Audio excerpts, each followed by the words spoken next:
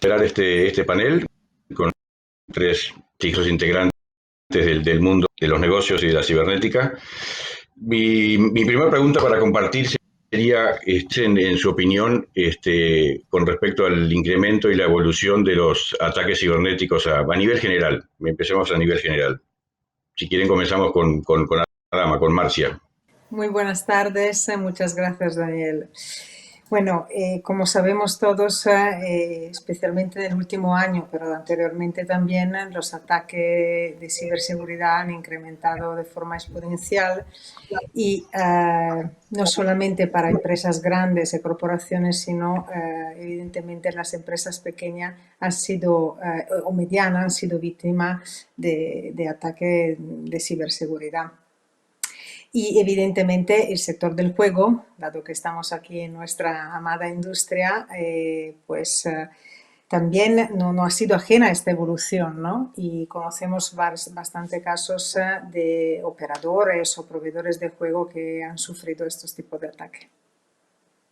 Desde el punto de vista general, todos sabemos que cada día la tecnología es un facilitador mayor de todo lo que son las transacciones a nivel mundial, particularmente en la industria del juego, por razones obvias que ha generado esta pandemia, hizo que todo lo que sea la actividad online se haya crecido exponencialmente.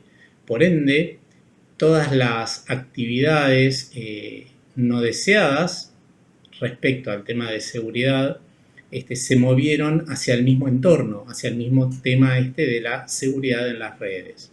Por ende, durante este año último que sucedió, más allá de los que ya venían sucediendo antes, se ha detectado y dentro de la empresa se ha manejado con muchísima cautela todo este aumento de ataques de ciberseguridad y el aumento de los riesgos que generan las actividades de este tipo en entornos en los cuales, como venimos viendo, todo lo que está relacionado con información sensible, todo lo que está económicas, se convirtió en un blanco deseado por gente que realmente no debiera estar haciendo este tipo de cosas.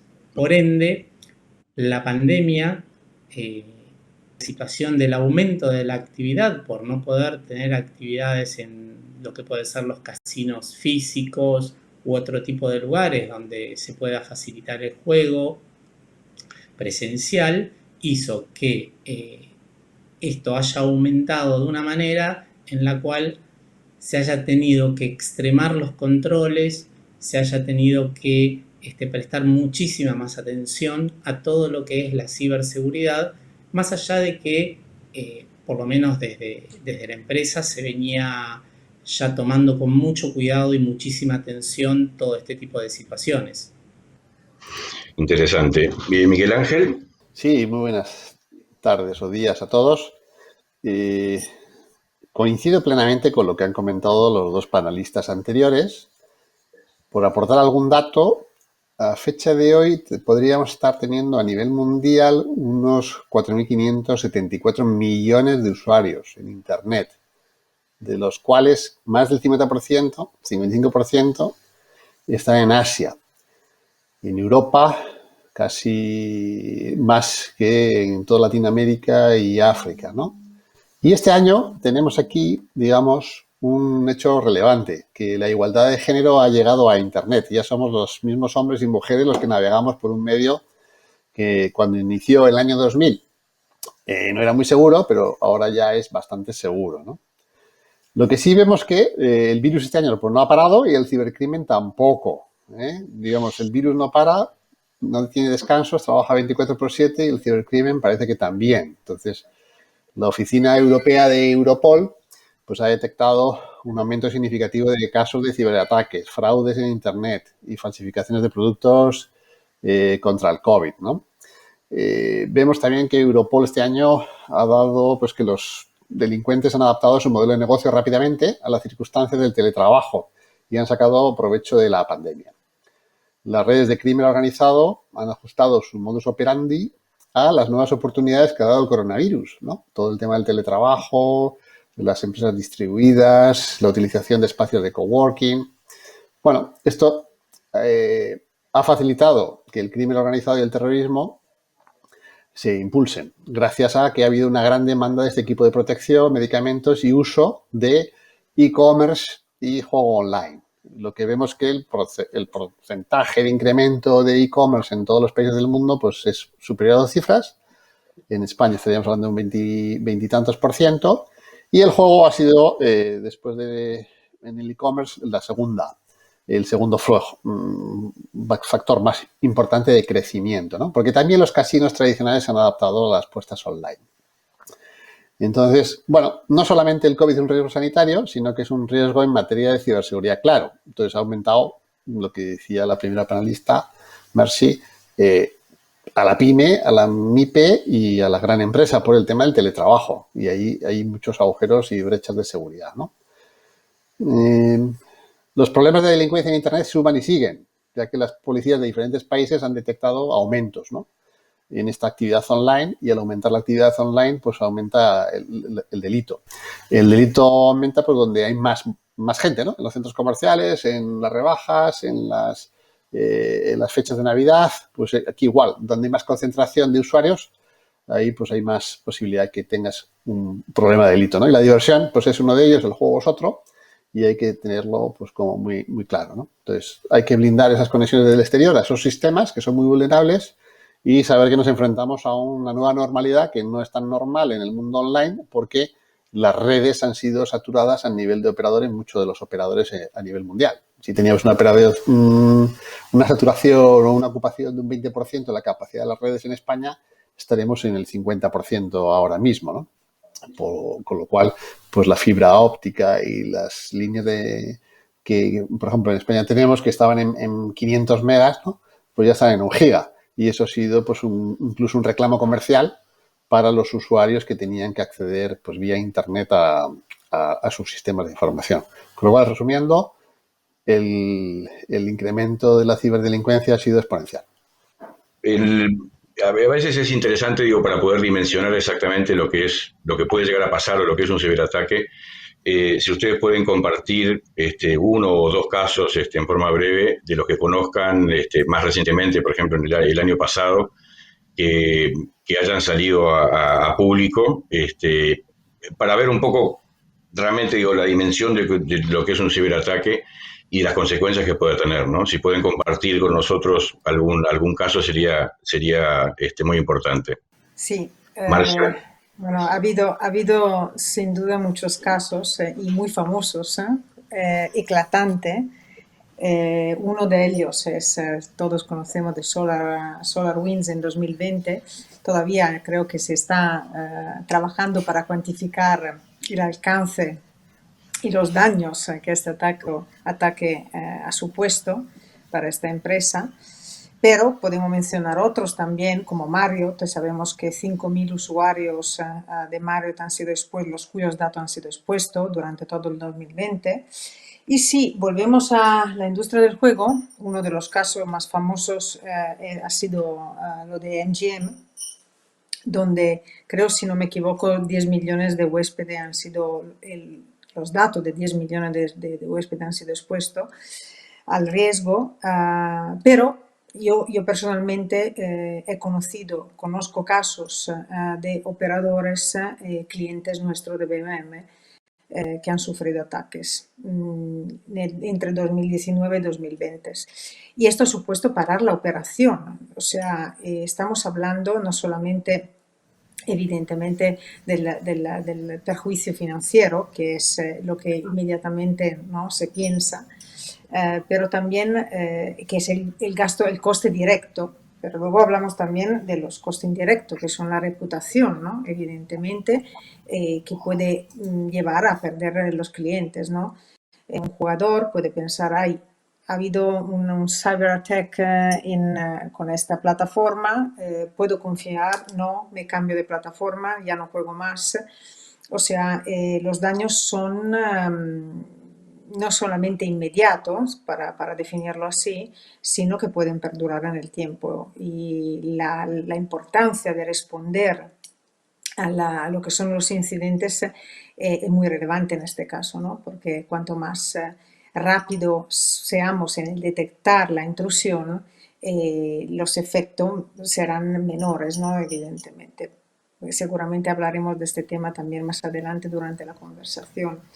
Pero sí, es muy preocupante que nombres tan importantes hayan sido víctimas, ¿no? de ataque cibernético, Claro. porque yo me acuerdo personalmente que antes de entrar en el mundo de la ciberseguridad, más o menos hace 4 años, cuando BMM empezó a a entrar en este mundo con nuestro partner, yo ni pensaba en absoluto que empresas tan pequeñas o incluido personas no físicas pudiesen ser víctimas, ¿no? de estos ataques.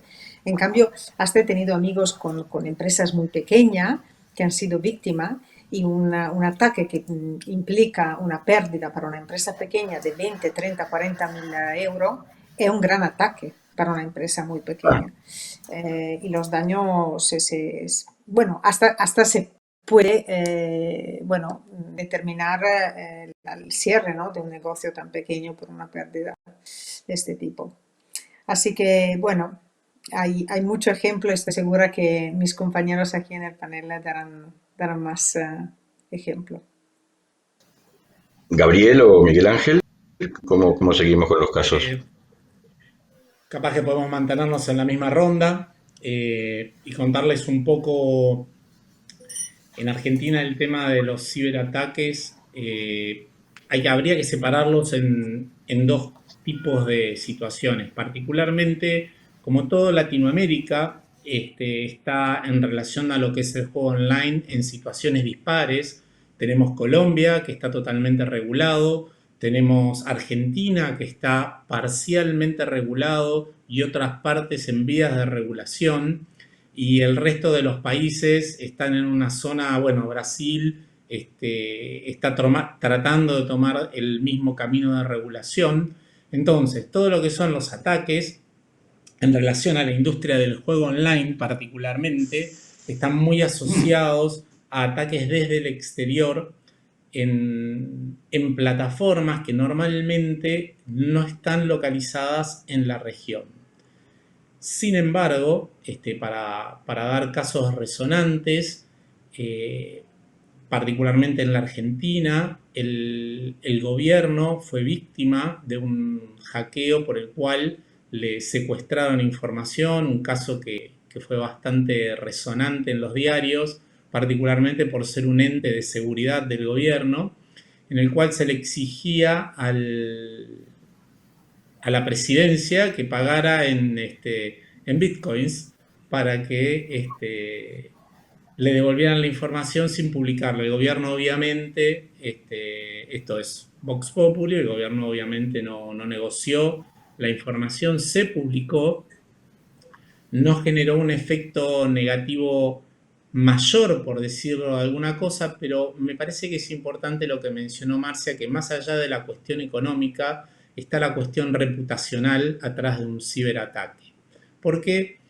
Porque particularmente la actividad online, uno de los principios sobre los cuales se basa es la confianza.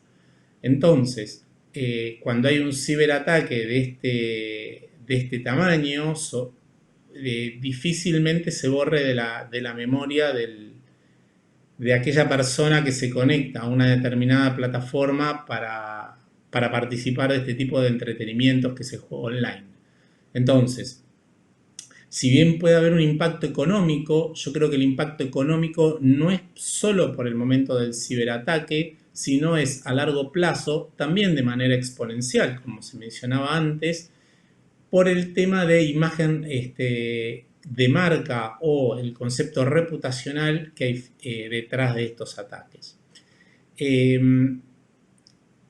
La región es víctima constante de ataques, es víctima constante de intentos de phishing, de hacking, de procesos de denegación de servicio y por ende, dado el nivel de evolución que en algunos casos, como antes mencionaba mi colega, particularmente todo lo que es pequeñas y medianas instituciones en las cuales están en un proceso de crecimiento, donde la ciberseguridad es incipiente, son, para decirlo de alguna manera, blancos accesibles, desgraciadamente, para estas entidades que, como mencionaron antes, a través del teletrabajo, a través de determinados formas de ocultarse, atacan a estas entidades que tienen grados de vulnerabilidad mayor y que son más fáciles de acceder. Por ende, uno de los grandes problemas con los que se enfrentan las plataformas actuales que están residiendo en Latinoamérica, más las que potencialmente están evaluando, es cómo manejar el tema de la seguridad dentro de las plataformas y decir, bueno, ok, nos hosteamos en Latinoamérica, nos hosteamos en otro lugar, cómo manejamos la seguridad y todo ese tipo de preguntas relacionadas con este tema. O sea, ¿me van a atacar o no me van a atacar? Y la realidad es que en algún momento eso va a, por lo menos, tener el intento. Las estadísticas de Continentate son teras y terabytes de ataques diarios o de intentos de acceso, ya sea de hackeo para obtener información o de procesos de denegación de servicio.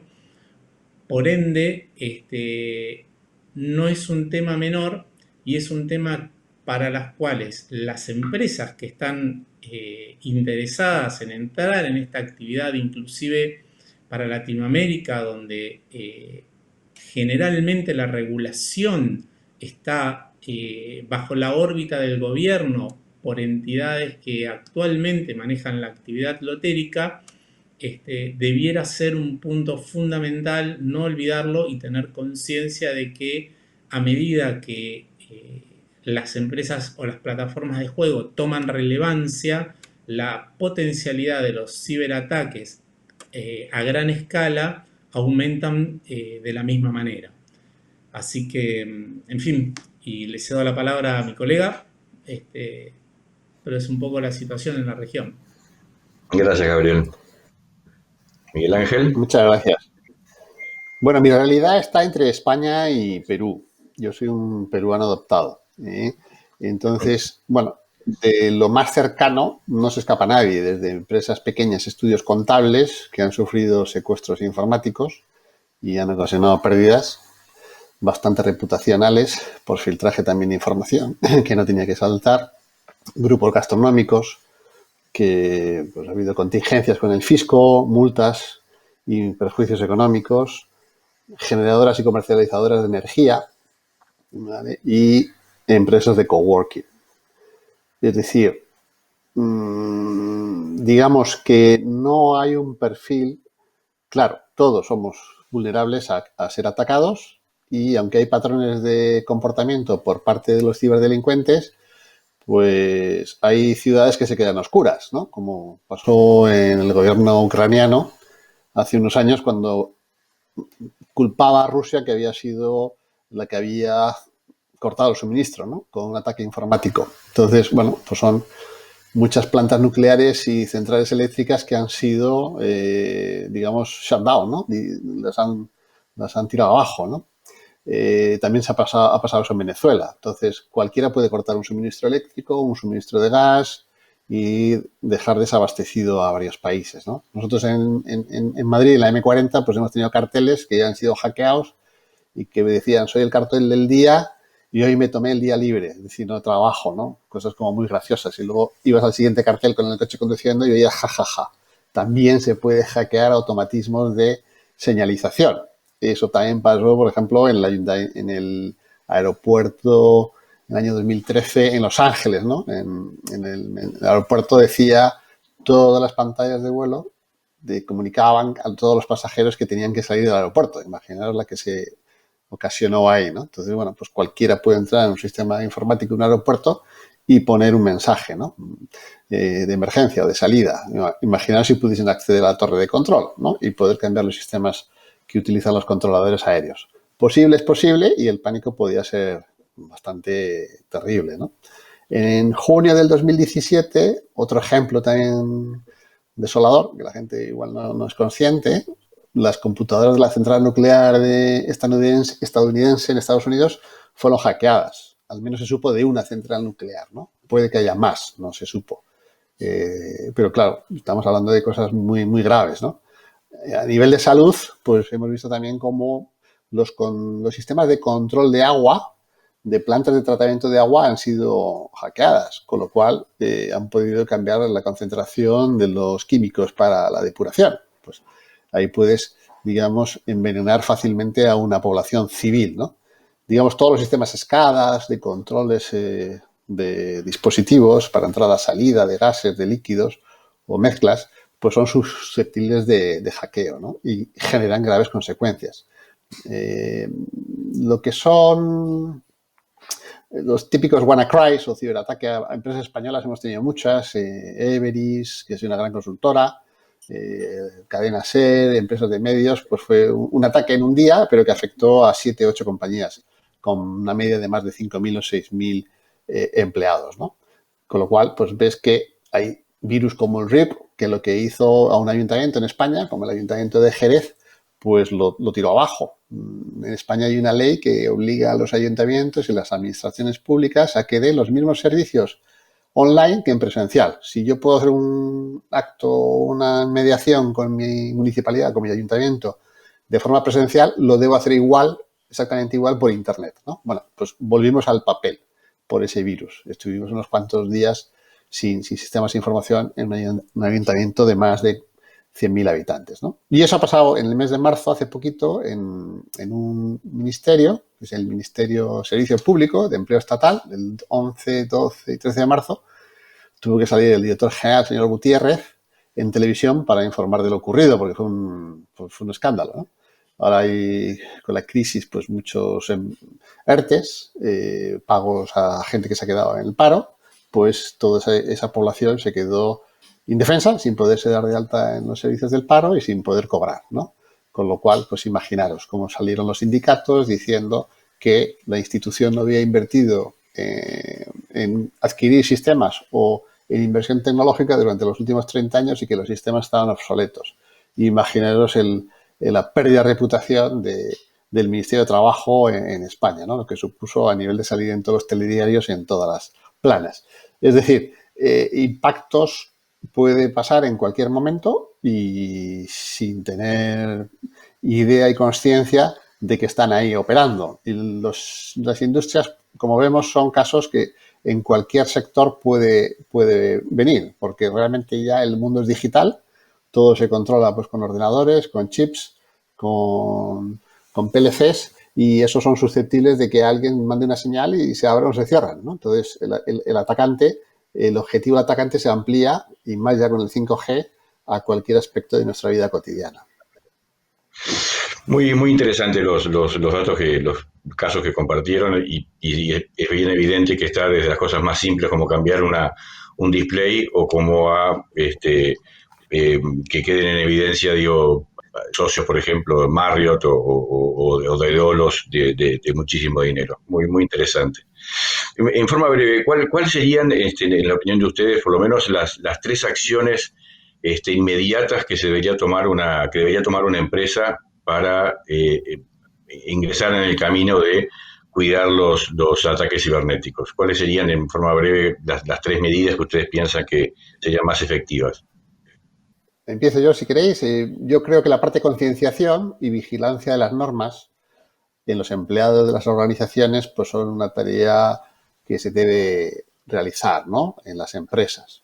Si tú no conciencias al personal que tienes de los peligros de robo de información, de problemas que puedes tener por no entrar por una VPN, no tener un antivirus actualizado, no desenchufar tu portátil o tu ordenador cuando te vas de la oficina, dejar la información en papeles donde no debes dejarla y no tener una cierta prudencia, una cultura básica de los peligros y amenazas que puede haber en tu empresa, pues tienes un grave problema en la empresa, con lo cual tienes que concienciar, ¿vale?, para que no haya un problema en la organización. Ya lo decía Carlomagno, ¿no? Esto no solamente aplica a la ciberseguridad, aplica también a la pandemia. De la conducta de cada uno depende el destino de todos. Si uno falla, la cadena se puede romper. Como si el virus entra en la familia por una persona que no ha realizado una profilaxis previa, pues toda la familia puede quedar comprometida. Esto es igual. Por un empleado que no tenga cuidado, pues la empresa puede tener un grave problema, ¿no? Al final, pues como la campaña del COVID, si tú vas sin mascarilla por la calle, tienes probabilidades de que te contagies y no solamente contagies a tu entorno familiar, sino a muchas más personas, con lo cual, pues al final es un caos, ¿no? Ese punto para mí es crítico, es el más importante. Luego, lo veíamos en el caso del SEPE, ¿no? Los sindicatos decían que la organización no había invertido. Pues hay que asignar un presupuesto anual, creciente, no decreciente, al entorno de ciberseguridad. ¿Por qué? Porque las empresas no van hacia atrás, no van al papel, van a generar procesos automatizados, a utilizar robots, Remote Process Automation, para ser más eficientes. Hay compañías que tienen el lema de un robot por cada empleado de su empresa. Tienes más digitalización y también tienes más problemas a la hora de blindar esos sistemas. Con lo cual, cuanto más digitalizas el negocio, más protección en ciberseguridad tienes que gastar, ¿no? Tienes que disponer un delegado de protección de datos y un responsable de seguridad de la empresa, o por lo menos nominarlo. Alguien que se preocupe, si no es organizativamente, porque la empresa es pequeña, sí, alguien que pueda saber qué hacer cuando hay una crisis, ¿no? Y luego, yo creo que lo más importante es, de esto, pues no hay muchos perfiles en el mercado que sepan. El conocimiento se puede aprender, pero digamos que es difícil tener una especialización en un perfil medio técnico, ¿no? En temas de ciberseguridad y seguridad. Podrás saber instalar un antivirus, igual manejar un firewall, pero todas las técnicas para tener tu empresa blindada es muy complicada, ¿no? Disponer de ese tipo de perfiles, para lo cual pues debes dejarte asesorar por empresas especializadas en gestión de ciberseguridad integral. Y esas empresas pues te tienen que dar un servicio integral en la materia, ¿no? No te venden un antivirus y algo corriendo, sino pues que te tienen que dar un plan de seguridad y, bueno, pues una subcontratación de servicios externos a esas empresas especializadas. La ventaja que tienes es que te despreocupas de tener personal técnico carísimo especializado en protección. Eso, o bien contratas y mantienes y lo tienes muy bien protegido a ese técnico en tu compañía y haces todo lo posible para que no se te vaya. Ese tipo de personal está muy demandado y cambian de compañías porque le suben el sueldo cada 2 o 3 meses.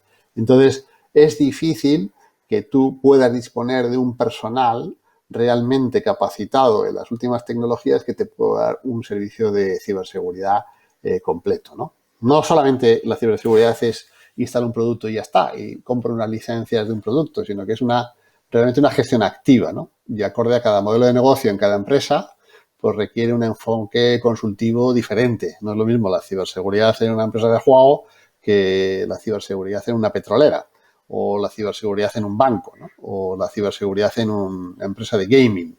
Entonces, bueno, yo creo que la confianza o tener un socio tecnológico como una empresa especializada en ciberseguridad en la cual tú puedas confiar es importante porque te convierte en seguro. Tienes ahí unos recursos como tu abogado de confianza o tu financiero de confianza o tu fiscalista de confianza, pues tienes tu empresa de ciberseguridad de confianza para cuando tengas la necesidad de hacerlo, ¿no? Tienes una especie de seguro contratado.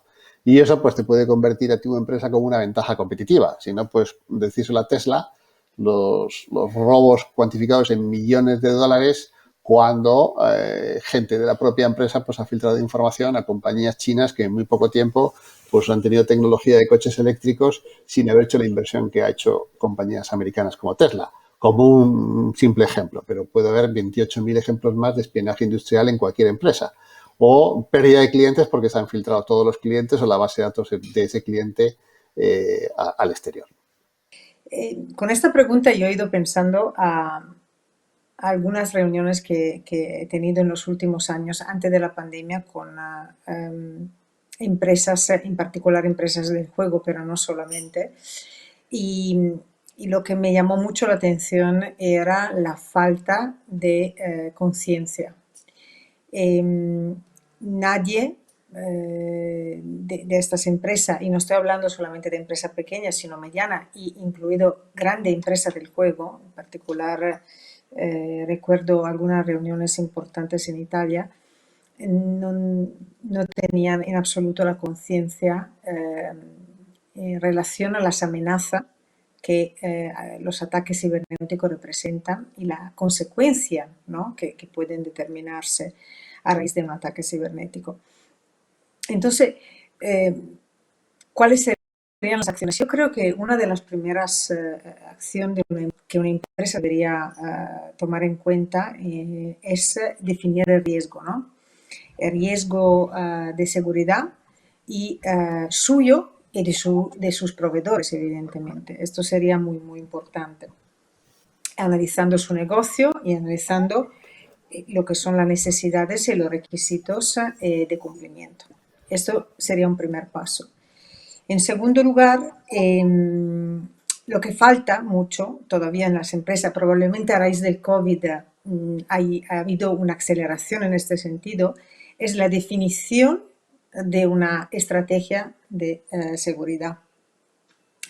Definiendo cuáles son las tecnologías a implementar, los procedimientos, cómo responder a los incidentes, esto internamente o con la ayuda de una empresa tercera, pero sí que faltaba, o ha incluido, estoy segura que aún falta, la definición de una estrategia. Y como siempre se habla de estrategia, ¿no?, en el mundo del negocio, ¿por qué definimos la estrategia para todo y no empezamos a definirla en ámbito de seguridad?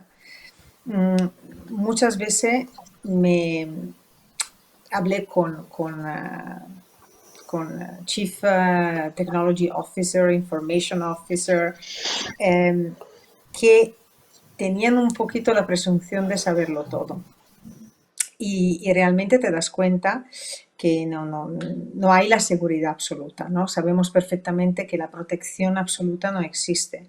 Lo que sí es posible definir una estrategia por la cual intentamos prepararnos en la respuesta a los posibles ataques. Prepararnos, defendernos, evidentemente, con lo cual no es solamente cyber security, pero hablamos también de cyber defense, ¿no? Es muy importante el matiz, creo.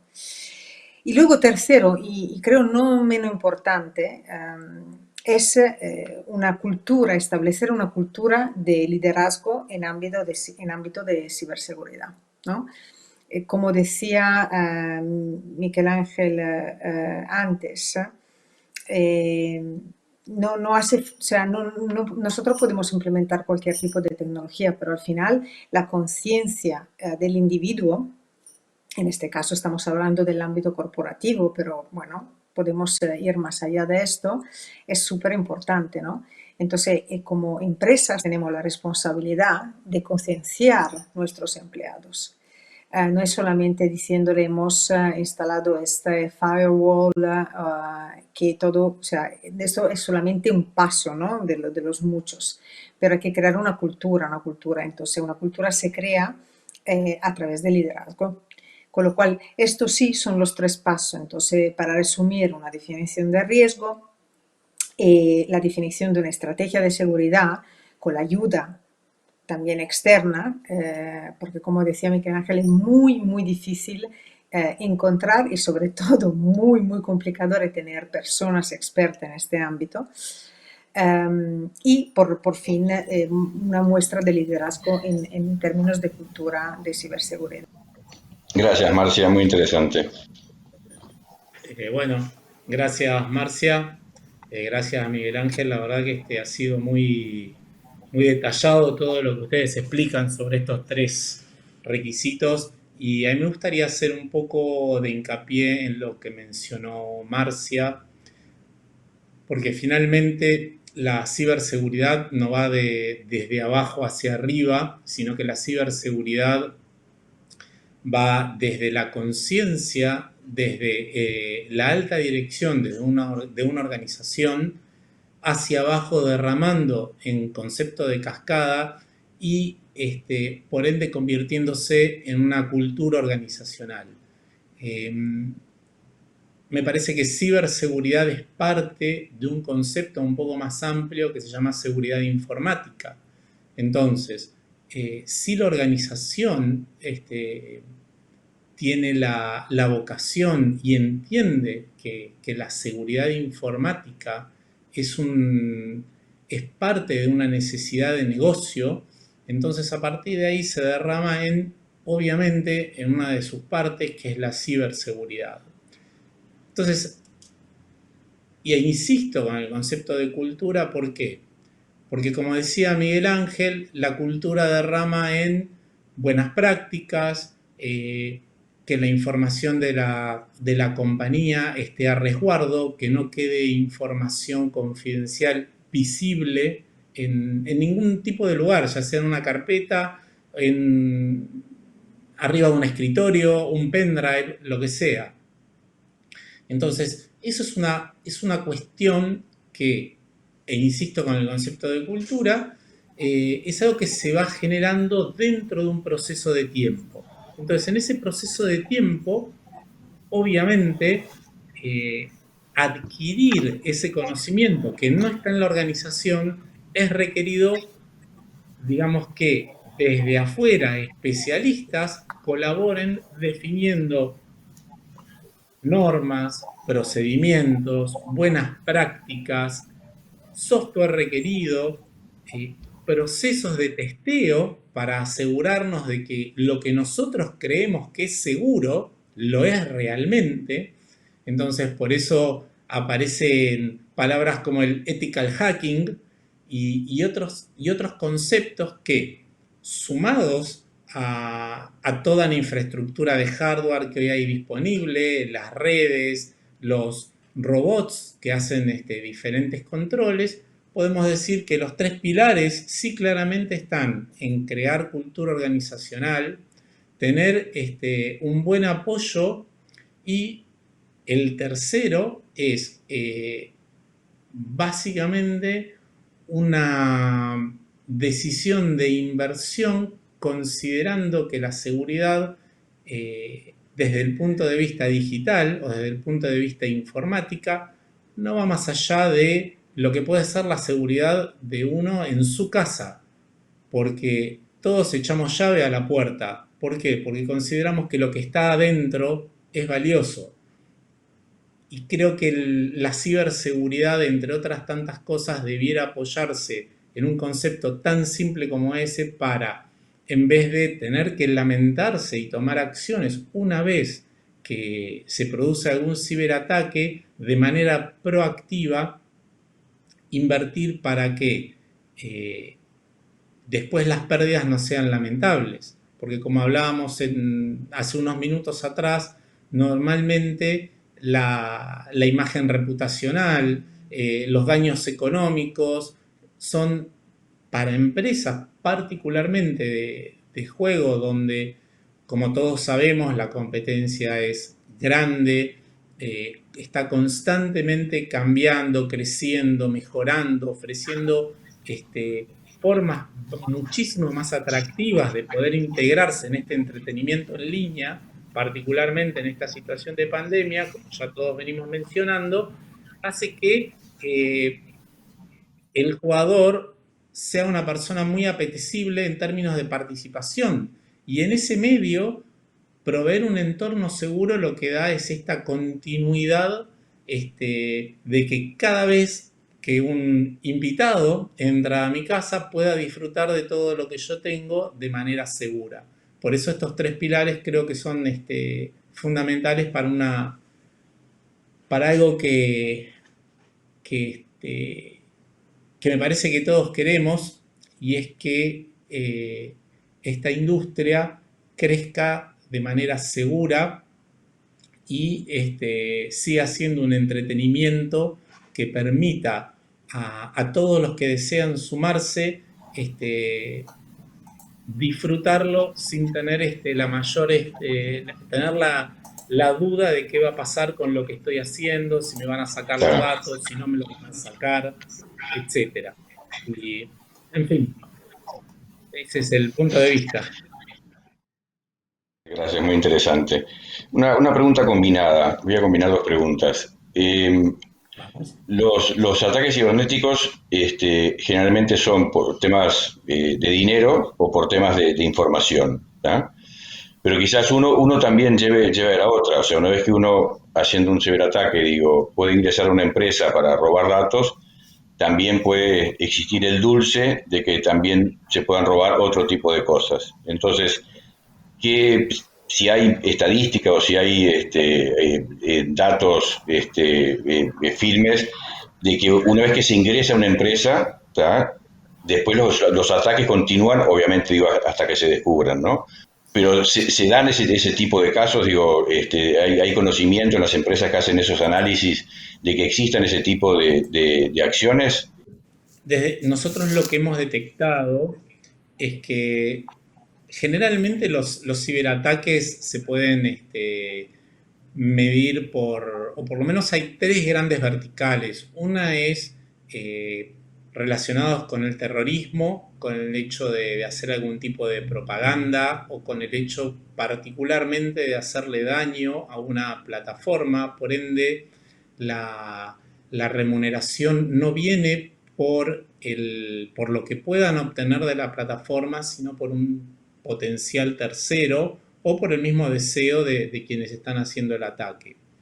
Otra alternativa puede ser el beneficio inmediato a través de atacar plataformas o de obtener dinero de manera directa, ya sea accediendo a datos financieros que pueden estar por algún motivo registrados en alguna plataforma o alguna pasarela de pago, por ejemplo.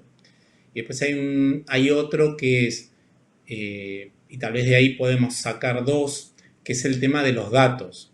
El tema de los datos puede estar relacionado con el hecho de, como muchos casos suceden, que es esto de, como el caso de Comento Marcia y otros tantos, Facebook hace poco, para dar ejemplos que están fuera de la industria, en los cuales se obtiene información para después revenderla. Entonces, todo este tipo de cuestiones o todo este tipo de ataques aumentan día a día. ¿Por qué? Porque hay un rédito prácticamente inmediato sobre este tipo de actividades. Entonces, si yo estoy hablando como áreas de mayor ataque, obviamente todo lo que esté relacionado con la información, con el tema de movimientos económicos, son, para decirlo de alguna manera, el principal objetivo. Y llega a una determinada especificidad que normalmente lo que se hace desde el exterior se hace tipo una búsqueda en la cual se determina por temas de tráfico hacia determinados servidores, etcétera, etcétera, cuando una determinada plataforma de juego está incrementando su actividad. Entonces, no solo está básicamente detectado cuál es el servidor, porque eso es información normalmente pública, o por lo menos que se puede acceder de una manera no tan difícil, pero sí se detecta el momento en el cual la plataforma de juego, porque es una cuestión de época del año, horarios durante el día, donde se genera mayor actividad y por ende cualquier tipo de ataque inclusive puede estar más disimulado porque se esconde dentro de un aumento de volumen natural de la operación. Entonces, este tipo de acciones requieren siempre un mayor cuidado. ¿En qué momentos? En estos momentos de alto volumen de operación, aumento de actividad, nuevas promociones. Entonces ahí empiezan a aparecer estos intereses espurios que pretenden acceder a estas bases, acceder a estas plataformas, con intenciones que finalmente lo que hacen es obtener o pretender obtener un rédito futuro. Miguel Ángel. Siguiendo con el ejemplo de Mercy Gabriel, podríamos ampliar que existe el objetivo del ciberdelincuente. ¿Cuál es el objetivo principal, ¿no? Pues depende si hablamos de ciberterrorismo o hablamos de ciberdelitos o en su caso de hacktivismo, ¿no? Si es ciberterrorismo, pues el terrorista porque saca una pistola y mata a 28 personas en un colegio. Bueno, pues son personas que tienen un perfil de atacante de psiquiatra, ¿no? Entonces, bueno, pues podemos pensar que eso es posible, ¿no? Que alguien conduzca un camión, se meta por una calle europea transitada en ferias y pueda atropellar a 200 personas con frialdad y llevarse por el camino a 150. Entonces, tienes que tener eso previsto. Eso es un tema que el Estado tiene que tener que... Hay objetivos, puntos críticos, donde alguien que no está en su sano juicio puede cometer ese delito, ¿no? Un ciberterrorismo. Y puede ser totalmente escandaloso. Como hemos visto los ejemplos de centrales nucleares o de plantas de agua o depuradoras, ¿no? Luego, el que es el delincuente de ciberdelito, que tiene ánimo de lucro, lo que vemos es que, bueno, si realmente va buscando dinero fácil, tiene un patrón de actuación y lo que intenta, pues, es robar datos para luego venderlos o meter ransomware para pedir rescates, ¿no? Porque tú tenías una información muy valiosa hasta ayer, pero hoy ya no la tienes porque te lo acabo de encriptar, ¿no? Y solamente lo puedo yo desactivar. Es una bomba que te he puesto ahí y que yo tengo la clave. Me pagas y entonces te la desactivo. Realmente ese es un delito que a la empresa le fastidia mucho porque le paga operaciones y encima pues ella misma se ve como, oye, es como si me hubiesen cortado la luz, pero a ver, si yo he pagado la luz, ¿cómo me la pueden cortar, no? Bueno, pues yo tengo aquí mis sistemas, tengo buena gente actuando y protegiendo mis sistemas, pero bueno, pues no tengo acceso a la información. Entonces, bueno, lo mismo que cuando tú abres el grifo sale agua, piensas que tus sistemas de información te tienen que dar los datos cuando tú los pides.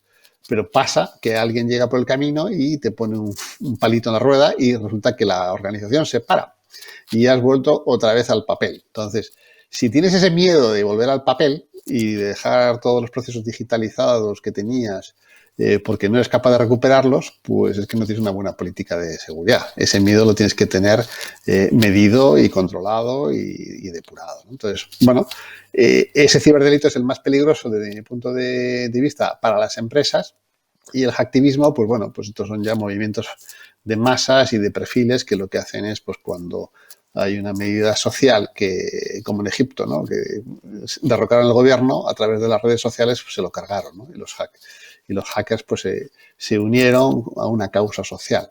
Entonces, bueno, los chantajes con ingresos empleados para financiación de terrorismo, tráfico de personas, armas y drogas, pues al final también se financian de este tipo de medios, ¿no? Veamos los ataques del Oriente Medio, estos cibercriminales y ciberterroristas pues están alimentándose en esos medios y donde haya ciberespacio, donde haya deep web, donde esté esa información de fácil acceso, pues cualquier persona es capaz de fabricarse una bomba o hacer cualquier tropelía, ¿no? O buscar pues pornografía infantil o cosas que están realmente, que son delito y que están penadas por ley, ¿no? Entonces, el ponerle puertas a Internet es muy difícil, pero lo que sí tiene que hacer el Estado es normalizar, regular y prevenir que ese tipo de eventos puede pasar, tanto en empresas como en estados, como en organizaciones, como en instituciones públicas. Y si yo fuese Estado, pues lo que haría sería financiar a las empresas privadas para que cualquier inversión que hicieran en ciberseguridad, pues tuviese una bonificación fiscal. Es decir, por invertir en ciberseguridad, pues no pagas impuestos o pagas un impuesto de IGV o de IVA o VAT más bajo, ¿no? ¿Para qué? Para que se incentive ese tipo de medidas y protecciones en la industria. Fantástico. Bueno, ya tenemos que empezar a terminar, digamos. Entonces, me gustaría terminar con una pregunta y después de que cada panelista dé su comentario final y su saludo. Y la consulta sería, ¿qué hacemos después de que somos atacados a nivel de nuestra ciberseguridad? Digo, ¿se violó o no la teníamos? ¿Qué es lo que tenemos que hacer? Divulgarlo, compartirlo, obviamente hacer las denuncias correspondientes, pero hay un factor que yo creo que es muy importante, que muchas veces la información ayuda muchísimo, no solamente a nosotros internamente a nivel de la compañía o a nivel del gobierno, sino también para que otras empresas, digamos, pongan las barbas en remojo y puedan hacer una acción preventiva y no posterior a tener un ataque. Eh, vamos cerrando, eh, vamos cerrando con algún comentario al respecto. Como hemos dicho anteriormente, la digitalización, perdonad mi español, es algo que ya simplemente está con nosotros, ¿no? Y no hay vuelta atrás, ¿no? Lamentablemente por mí, porque a mí me gusta mucho, ¿no?, el pasado, pero tenemos que vivir con ello, y básicamente en todos los sectores, ¿eh? Aquí no se está hablando solamente del sector del juego, pero en cualquier tipo de industria estamos hablando de operaciones y datos digitalizados. Por lo tanto, ¿qué acciones hay que tomar cuando sufrimos como empresa un ataque cibernético? Bueno, evidentemente recuperarse de un ataque es vital, ¿no?, para que se pueda dar continuidad al negocio, ¿no? Esta es la primera acción. Y luego hay que entender qué ha pasado, por qué ha pasado, y cómo prevenir de cara a futuro que se vuelva a sufrir el mismo tipo de ataque o incluido peor que ellos. Y mitigar los efectos, ¿no?, evidentemente. Entonces, esto un poco volvemos atrás a cuando hablamos de qué hay que hacer, ¿no?, para evitar este tipo o evitar, que no se puede evitar, vuelvo a repetir, podemos asegurarnos de tener una buena estrategia y podemos asegurarnos de tener una tecnología posiblemente agnóstica que nos permite integrar con todo lo que tenemos ya en nuestra empresa a nivel de herramientas de ciberseguridad y de protección, pero no podemos prometer ninguna empresa, ¿no?, ninguna empresa y ningún departamento de informática y de tecnología puede prometer una protección absoluta, ¿no?, evidentemente. Pero sí es importante compartir la información, ¿no? Yo creo que evidentemente hay competitividad en este ámbito también, ¿no? Pero es un ámbito, yo creo, de lo más dinámico, por lo tanto, compartir ayuda a defendernos mejor, ¿no? Porque mientras nosotros vamos desarrollando nuevas tecnologías, también los hackers las van desarrollando, ¿no? Por lo tanto, es importante también estar seguro de lo que tenemos en casa, porque muchas veces me ha pasado hablando con empresas de percibir la sensación que no, nosotros tenemos todos, no nos va a pasar nada, ¿no? Entonces, es muy importante adoptar medidas como, por ejemplo, simulaciones de ataque, ¿no?, lo famoso hack simulation. Y esto nos permite entender cómo está el paciente, ¿no? El paciente es nuestra empresa fundamentalmente. ¿En qué estado estamos? ¿Estamos bien? ¿Nuestro sistema inmunológico es fuerte contra un posible ataque de virus? Sí, no. Y es lo mismo en las empresas, ¿no? ¿Cómo estamos de fuerte, ¿no?, cómo está nuestro sistema? Entonces, esto es muy, muy importante, creo. Y evidentemente, debido al hecho que estamos hablando de un sector tan dinámico, donde la tecnología evoluciona y cada día, ¿no?, es importante hablar, ¿no?, como estamos haciendo ahora nosotros todos juntos al final, ¿no? Estamos hablando, compartiendo opiniones, datos, y esto esperemos ayude a todos los que nos están escuchando en este momento para que tomen conciencia del hecho que es importante tomar en cuenta la protección, la ciberseguridad, las defensas de cara al futuro, ¿no? Hoy, pero sobre todo de cara al futuro, sabiendo lo que nos va a venir. Bueno, muchas gracias. Gabriel. Bien, ¿qué se puede hacer después de un ciberataque o cómo encararlo? Yo creo que lo más importante es tomar conciencia y hacer un autoanálisis acerca de la gran pregunta, que es ¿por qué nos pasó? Y ahí abajo, o sea, ¿por qué nos pasó? 2 puntos, y empezar a hacer una revisión interna de dónde están los puntos de falla por el cual alguien desde algún lugar nos produjo un daño desde el punto de vista económico, desde el punto de vista de imagen, desde el punto de vista de sustracción de información, como mencionaba antes Miguel con el tema de Tesla. Y en base a esa lista, eso se tendría que convertir en el puntapié inicial o el punto de partida para que eso que nos pasó, que fue un ciberataque, sea el primero, único y último.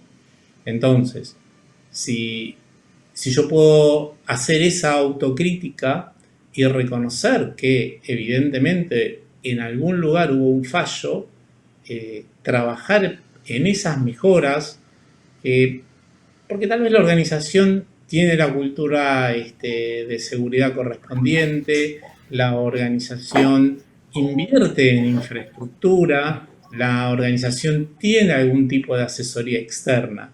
Sin embargo, empresas, y todos sabemos, de gran tamaño, como las que se han mencionado al principio de esta charla, han sufrido este tipo de ataques no deseados, que son los ciberataques. Por ende, creo que obviamente después de recuperado uno del shock que significa un ciberataque, el segundo paso es hacer un análisis bien detallado de dónde se hizo la filtración, qué pasó, etcétera, etcétera. Y después, como una colaboración hacia la industria, tal vez sería interesante hasta tener una base de conocimiento en la cual, más allá de las listas negras, más allá de los sitios, más allá de montones de cosas que ya sabemos que existen, tener un lugar en el cual se convierta eso en una base de aprendizaje y que finalmente sea una retroalimentación de mejores prácticas para mejorar la calidad de defensa contra estos ciberataques, no solo para el que lo sufrió, sino para aquellos que hayan tenido la fortuna de no tenerlo, que recibieron otro tipo de ciberataques, puedan tomar las precauciones de manera proactiva para evitar ese tipo particular de ataque. Y bueno, de mi parte, esto es todo. Agradecer a mis compañeros de panel. Muy interesante sus ponencias, muy interesante haber participado. Así que, nuevamente, gracias. Gracias, Gabriel, muy amable. Miguel Ángel. Pues bueno, mi experiencia, siempre que ha habido un ataque serio a una organización, ha sido ver cómo temblaba el director general de la organización, ¿no? Ya puede ser la policía de un país en la cual pues el responsable ve que sus sistemas se han comprometido y entonces tienes unos graves problemas de seguridad, y es como cuando vas al médico y te dice tienes cáncer, y dice, pero me voy a morir, y dice, pues seguramente, pero ¿cuánto me queda de vida? ¿No? Pues esto es igual. Ahí te das cuenta de que tienes mucho riesgo, que tienes una situación muy comprometida, que tienes una crisis, que realmente lo está pasando mal, hasta que llega el doctor y te dice, bueno, todo tiene solución y vamos a analizarlo. Con lo cual, lo primero es, cuando vas a un experto en ciberseguridad, pues que te tranquilice, que mida el impacto, que hable con el personal de sistemas de información, con las áreas, que vea un poco en su intuición cuál ha sido el modus operandi del ataque y que haga un estudio muy rápido de situación y cómo realmente llevar el caso, ¿no? Esto es como un abogado. Al final, pues vamos a juicio o hablamos, ¿no? Lo estudiamos, cuál sería el mayor riesgo si tomamos una decisión o otro entorno. Entonces, son árboles de decisión rápidos que tienes que tomar en muy poco tiempo y que tienes que decidir. Pues si es un ransomware que te han metido un gusano y no puedes sacar tu información, pues igual te merece la pena pagar, porque no vas a estar 3 días sin trabajar, que son 3 millones de dólares que estás perdiendo, igual, ¿no? Por no producir. El coste de Repsol de explotación de un pozo petrolífero al día es $1 millón. Imaginar que paramos una máquina extractora porque el software de extracción pues tiene un ataque, ¿no? Pues estamos perdiendo diariamente $1 millón. Entonces, bueno, pues en ese caso, ¿qué me está pidiendo el ciberdelincuente? Pues 200.000. Pues mira, rápido, se paga. Porque no voy a estar pendiente de si llamo a la policía lo voy a contratar o voy a contratar a un experto que lo va a gestionar. Entonces, son decisiones de mucho sentido común rápidamente que tomas y que tienes que ver en cada caso luego qué haces, ¿no?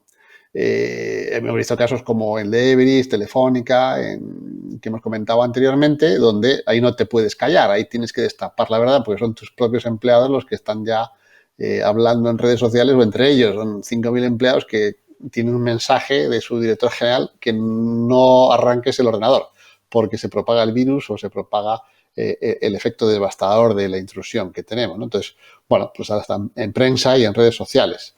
Pues eso es un desprestigio para la empresa porque es un tema moral y de percepción de inseguridad en los datos que esa empresa pueda tener de ti, ¿no? Y cómo la seguridad de esa empresa está protegida. Entonces, realmente ahí es otro tipo de tratamiento de crisis, más de medios sociales, relaciones públicas y de tranquilización o tranquilizar al usuario final de que sus datos no han sido comprometidos, sino que solamente los datos de los empleados, de los ordenadores, de sus ficheros y que no de toda la masa, ¿no? Entonces, bueno, cambiar contraseñas, evitar propagaciones, ese tipo de planteamientos pues son pues cortar por lo sano, ¿no? Y luego, pues lo más importante, la intuición de saber si es un ataque interno o externo, y si es interno, pues evidentemente ahí hay que comprometer a muchas áreas de la empresa e intentar ver por dónde ha sido y quién ha sido la persona. Es muy difícil, pero al final se consigue por evidencias ver dónde se ha filtrado esa información, quién ha sido, si evidentemente anteriormente has protegido tus sistemas o has puesto algún tipo de sondas para hacer ese tipo de seguimiento, ¿no? Entonces, los gobiernos, pues en el SEPE, cuando pasó esto, el director general de SEPE tuvo que salir en televisión y decirlo y tranquilizar a la población que iban a cobrar sus nóminas de desempleo y de los ERTES y que no se iban a ver afectados. ¿Qué supuso eso? Pues que todos los trabajadores de la organización pues tuviesen que volver al papel. Se volvió al papel, se gestionó, pero cobraron. Es un trabajo extra para los empleados. Es decir, ¿qué le implica a un empleado que se levante por la mañana y no le funciona el ordenador? Un día perdido de trabajo, ¿no?